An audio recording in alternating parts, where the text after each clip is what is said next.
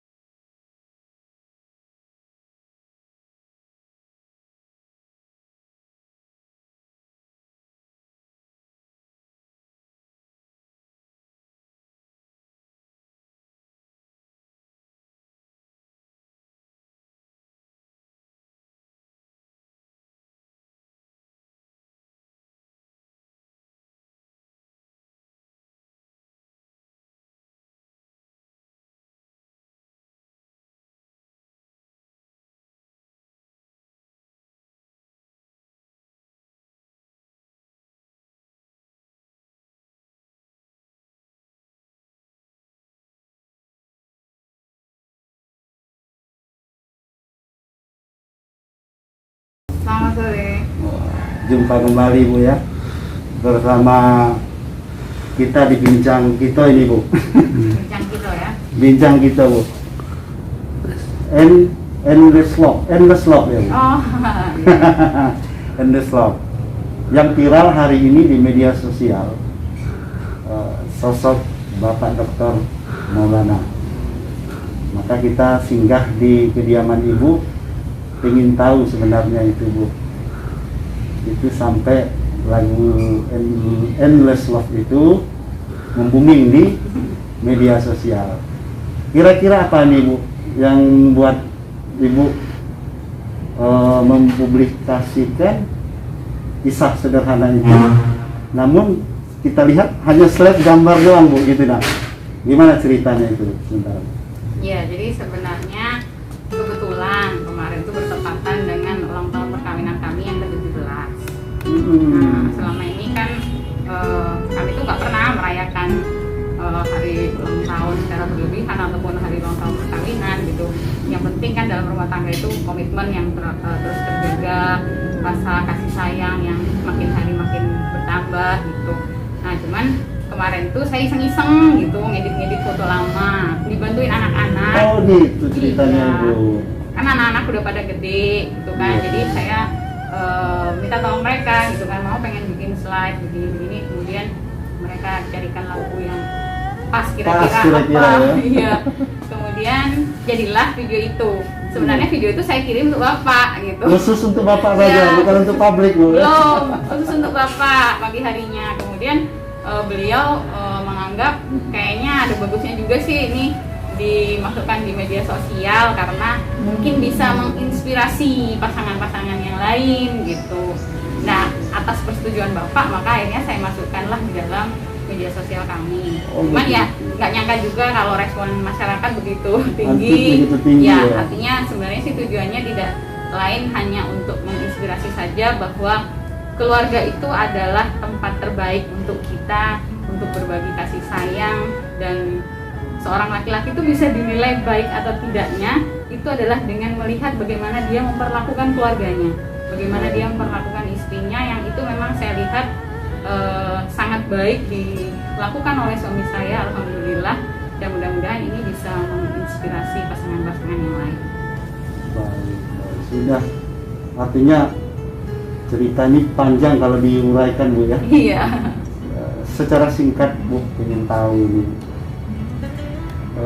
Bapak Dr. Maulana di mata Ibu itu seperti apa Bu? Selama mengikuti perjalanan beliau? Ya, jadi sebenarnya saya mengenal beliau itu bukan hanya 17 tahun yang sudah masuk usia perkawinan, tapi kami kan kebetulan sama-sama berkuliah di Fakultas Kedokteran Universitas Brawijaya Malang itu sejak tahun 1994. Jadi sudah masuk ditambah 10 tahun lagi. Jadi sudah 27 tahun saya mengenal beliau gitu. Itu adalah waktu yang cukup panjang ya. Artinya udah lebih dari separuh perjalanan hidup saya dan hidup Bapak. Kami ini saling mengenal.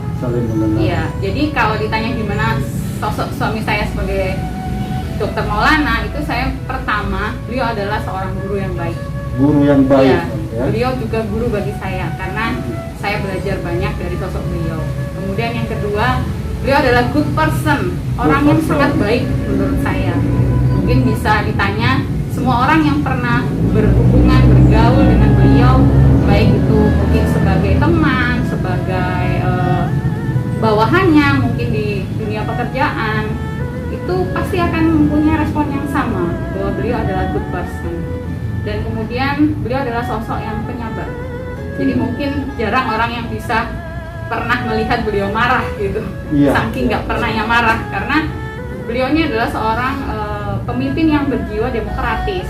Jadi beliau selalu menghargai semua orang yang ada di bawahnya, menghargai aspirasi-aspirasi mereka, pemikiran-pemikiran mereka, sekecil apapun posisi mereka, itu selalu pasti diajak bicara, diajak untuk sharing bersama-sama untuk memajukan bidang-bidang kerja yang mereka lakukan. Dan ini merupakan apa ya, jiwa kepemimpinan, gaya kepemimpinan yang menurut saya paling tepat di masa sekarang, sehingga orang itu tidak merasa diperintah tapi selalu merasa dilibatkan untuk kemajuan bersama. Punya keyakinan kuat Bu ya, mengikuti beliau. Sedikit Bu, ada kemarin saya membaca suatu berita, Ibu berangkat dari Malang sampai ke Jambi, ceritanya sempat ngontrak itu. Gimana peristiwa itu terjadi itu Bu?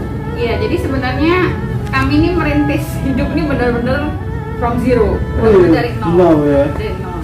Jadi saya berangkat ke Jambi tahun 2006 itu, saya cuma bawa seorang anak saya yang paling besar, waktu itu usianya baru 7 bulan. Kemudian ya membawa ilmu dan pengetahuan saya sebagai dokter spesialis kandungan. Sampai di Jambi, kalau suami saya kan sebelumnya tinggal di seberang. Beliau mengabdi sebagai dokter PTT di sana. Oh, dokter PTT. Ya, tinggal di rumah dinas, rumah panggung. Rumah panggung sederhana ya, begitu. Rumah panggung yang sangat sederhana.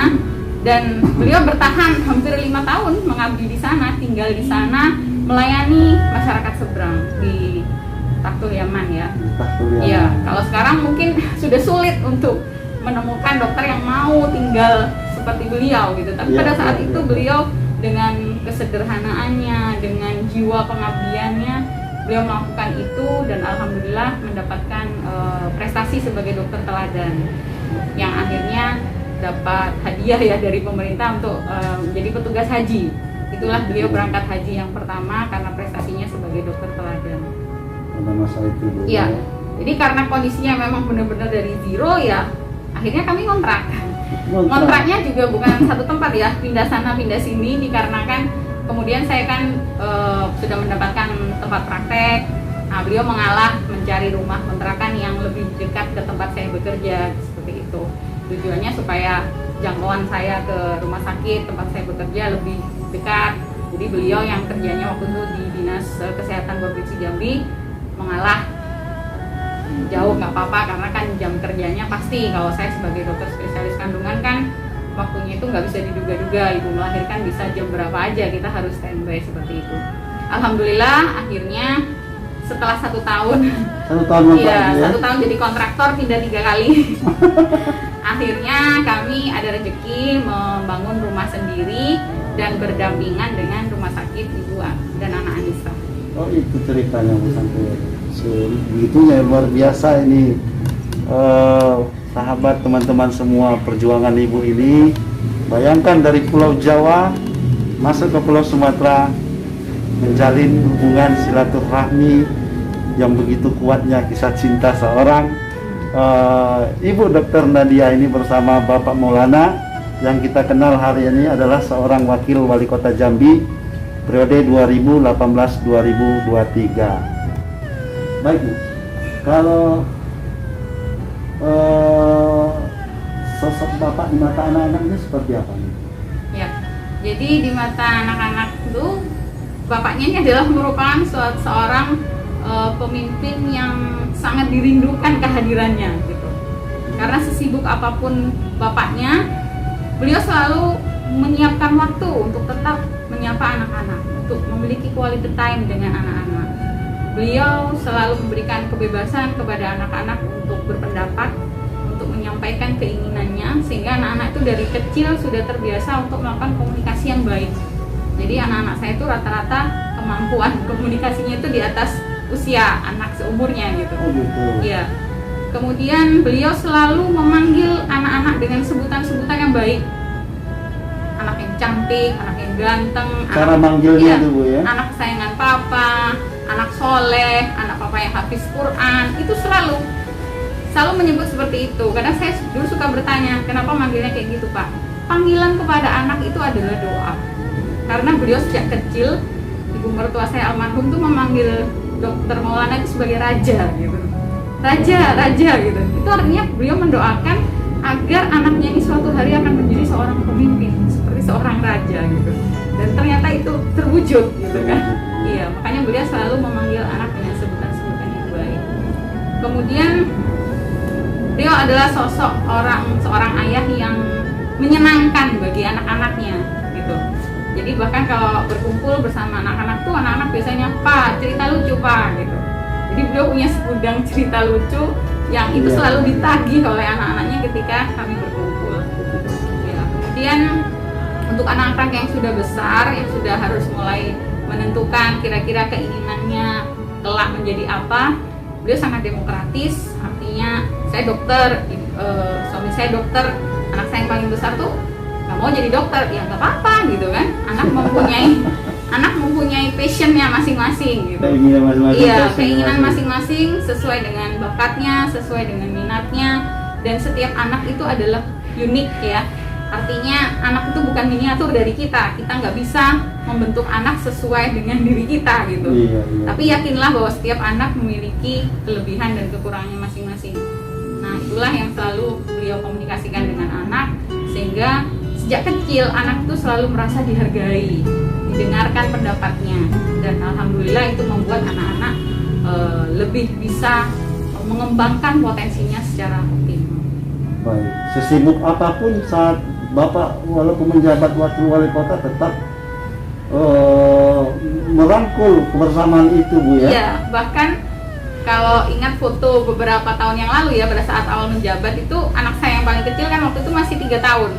Jadi kalau ada acara-acara kedinasan yang santai ya, misalnya dengan anak-anak PAUD atau acara-acara kesenian, itu anak yang kecil tuh minta ikut dan dibawa sama papanya. Bahkan sampai sambutan di atas podium tuh anaknya ikutlah di samping bapaknya gitu. Itu ya. Iya. Sampai Karena waktu walaupun sedikit, misalnya ngobrol di mobil, kemudian berbincang-bincang di sela-sela acara, itu sudah sangat berarti bagi anak. Dan akhirnya anak kan bisa melihat kesibukan bapaknya seperti apa. Ini adalah kesempatan untuk papanya berbuat lebih banyak lagi untuk masyarakat, seperti itu. Baik Bu, Ada pesan-pesan nggak buat Bapak, Bu? Khusus untuk Bapak nih, Bu. Nggak apa-apa, Bu. Khusus buat Bapak ya. Iya. Saya merasa sangat bersyukur sekali diberikan Allah pendamping seorang suami imam bagi saya yang luar biasa baik, sabar, sangat menghargai istri, menyayangi keluarga. Cuman satu pesan buat Papa, ke depan Papa harus lebih memperhatikan diri Papa sendiri. Artinya berbuat baik untuk masyarakat, terus diperhatikan juga kesehatan Papa. Kadang kan acara satu hari bisa 5-10 acara. Nah di setiap acara masyarakat nyuguhin makanan. Nah kadang sungkan nggak dimakan, akhirnya dimakan. Akhirnya kan takutnya bisa menyebabkan gangguan kesehatan buat diri Papa sendiri gitu. Kemudian juga beliau merupakan orang yang sangat suka menerima tamu. Jadi kalau ada orang bertamu jangan sampai nggak diterima. Itu merupakan hal yang baik. Tapi kadang kan sampai lewat tengah malam gitu. Artinya waktu beliau untuk beristirahat juga berkurang. Dan ini mohon agar diperhatikan karena umur kita semakin hari semakin bertambah, kemampuan fisik kita juga tentunya harus dijaga sehingga kita insya Allah panjang umur, bisa terus mengabdi lebih lama lagi dan lebih banyak lagi untuk membantu sama masyarakat. Baik Ibu, terima kasih. Mungkin cukup Ibu atas waktunya Bu, buat kami semua juga dan khususnya untuk masyarakat Kota Jambi Bu. Ini mungkin menginspirasi buat masyarakat Kota Jambi. Insya Allah apa yang kita bincangkan hari ini juga menjadi bagian proses panjang untuk menjemput kesuksesan itu. Tentu kita belajar dari sosok kedua beliau yang sudah berkiprah di Kota Jambi ini. Saya Bung Idris undur pamit diri. Assalamualaikum warahmatullahi wabarakatuh.